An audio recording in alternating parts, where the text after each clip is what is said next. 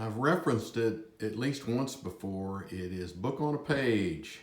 And my late mother-in-law, Phyllis Mignatis, gave me this poster that I framed, and it's in my office.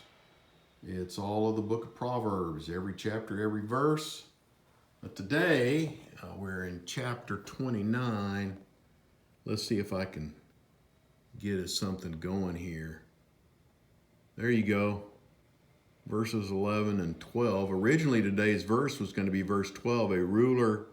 If a ruler listens to lies, all his officials become wicked. And then verse 11, a fool gives full vent to his anger, but a wise man keeps himself under control. Let me go ahead and do that. Get back out. Be careful who you listen to, and especially those of you that find yourself in leadership.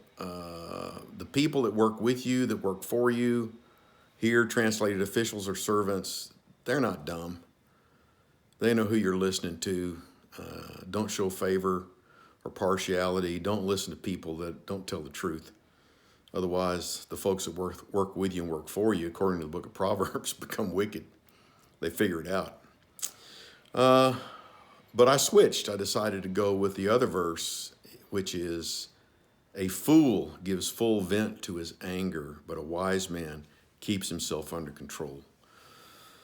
A fool gives full vent to his anger, but a wise man keeps himself under control. I lost my cool the other day. I'm not proud of it. Not many people saw it, but I own it. I just lost my cool. Took myself too seriously. It was sin. It was wrong. It was error. It's all on me.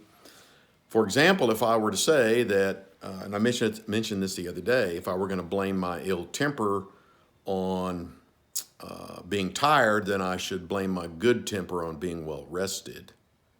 Likely story.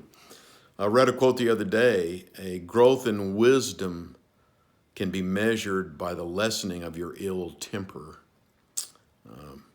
Really, the concept flows right out of the Bible. The man of God, Moses, wrote the first 5 books of the Bible.